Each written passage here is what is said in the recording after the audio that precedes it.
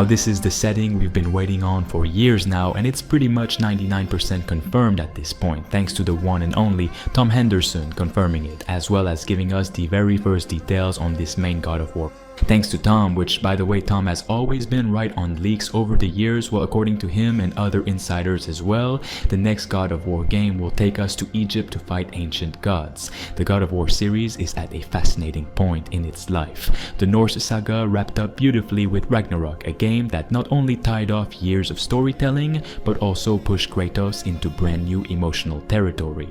For the first time in his life, he wasn't just reacting, fighting, and destroying, he was beginning to build. To think of something beyond vengeance. That shift in character left fans wondering, where do you take a character who's defined by loss and rage, now that he's finally moving forward? The answer, according to some of the most reliable voices in the industry, may be Egypt. Multiple reports, most notably from Tom Anderson at Insider Gaming, point to the next mainline God of War leaving the Norse realms behind and setting Kratos against the gods of ancient Egypt. And this isn't just speculation. Henderson has claimed outright that Kratos will be wielding a new weapon in this game, a curved Egyptian sword, something like a khopesh or a scimitar.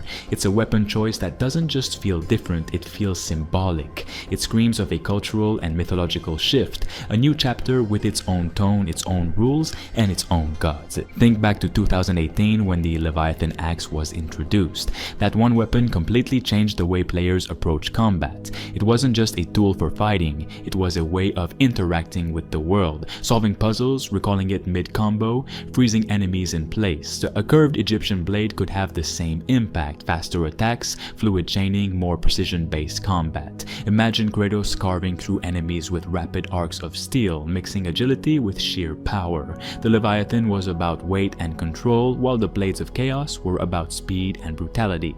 A khopesh sits right in between, versatile, ancient, and distinctly tied to Egyptian identity. It's the kind of weapon that opens the door for new mechanics, new abilities, and a whole new combat rhythm.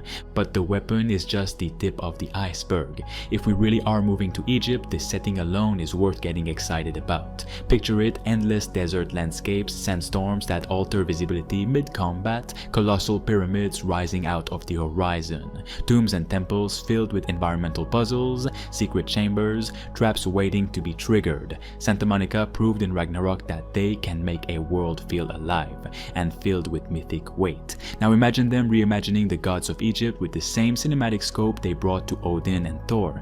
This isn't just about spectacle either. Thematically, Egypt makes perfect sense for Kratos. Egyptian mythology is obsessed with death, rebirth, and the weighing of souls. It's a culture built on the idea of judgment, of gods deciding where you belong in the afterlife. Kratos has spent his entire life haunted by judgment, guilt, and the weight of his past. To set him against a pantheon built entirely on those ideas feels like a natural continuation of his story. Anubis, the god of death; Set, the god of chaos; even Ra, the god of the sun. These are figures that can test Kratos in ways we haven't seen before. And while the mainline game is where most of the attention is, Henderson also revealed something else. A second God of War project in development, a smaller scale 2.5D Metroidvania style spin-off. This game is rumored to go back to Greece, showing a younger Kratos diving into his relationship with his father, and giving us a look at the man before he became the Ghost of Sparta. That's an incredibly interesting direction. Not every game needs to be massive. A tighter, more exploration-driven game could dig into his personal history in a way the big mainline titles can't. It's also the kind of project that can keep fans engaged while we wait for the larger sequel. Now, in terms of timing, here's where things get even more interesting. The smaller spin-off was initially rumored for 2025, but has apparently slipped into 2026. That actually lines it up closer to the mainline sequel, which makes sense if Sony and Santa Monica wants to build hype around God of War as a broader franchise. And if these projects are as far along as the leaks suggest, the big question becomes, when do we actually see them? There are a few possible answers. The obvious one is a PlayStation showcase or state of play. Sony loves to use God of War as a tentpole, something to build an event around, and Egypt would be a huge headline. If not this fall, the Game Awards in December is another prime stage. Jeff Keighley has made a career out of landing giant reveals, and a first glimpse of Kratos in Egypt would be the kind of moment that dominates gaming news for weeks. And if Sony wants to hold it back even longer, a showcase next year could be the stage where they finally show full gameplay. Either way, the fact that Henderson and others are talking about it now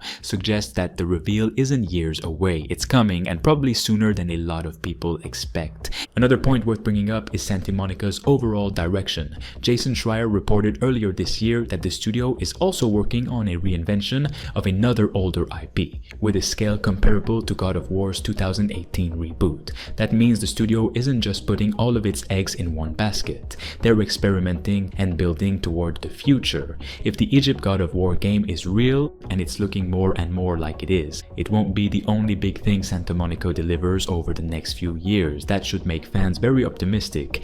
And then there's the question of Atreus. Ragnarok left him on his own path, off chasing his destiny away from Kratos. Egypt could be the place where their stories cross again. Maybe Kratos, alone in a new land, has to face a pantheon without his son by his side. Or maybe Atreus' journey intersects with Egyptian mythology in surprising ways, giving us a chance to play as him again. Santa Monica has options, and the way Ragnarok ended makes it clear they're not afraid to take risks with perspective, pacing, and narrative structure. Fans should also remember just how ambitious Santa Monica gets with their reveals. When the Norse saga was announced, it wasn't just a teaser, it was a statement. Gameplay, story beats, and cinematic tone were all laid out in one giant blowout. If the Egypt reveal happens at a State of Play or the Game Awards, expect something similar. This won't be a 30-second teaser. It'll be the first real chance to see Kratos in a brand new world, using new weapons, facing new gods. All of this is why people should be excited, not just because it's another God of War, but because the series has proven time and again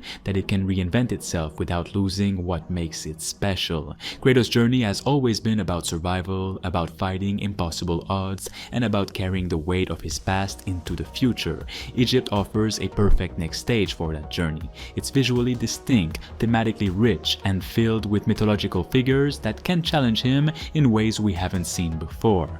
Add in a spin-off that deepens his backstory, and you've got a franchise that's not just continuing, but expanding. We're not far away. Whether it's the next State of Play, the Game Awards, or sometime early next year, the reveal is coming. And when it does, it won't just be another chapter in the series. It'll be the start of a whole new saga for Kratos, one that takes him from the frozen Norse realms to the burning sands of Egypt and forces him to once again face the gods and himself.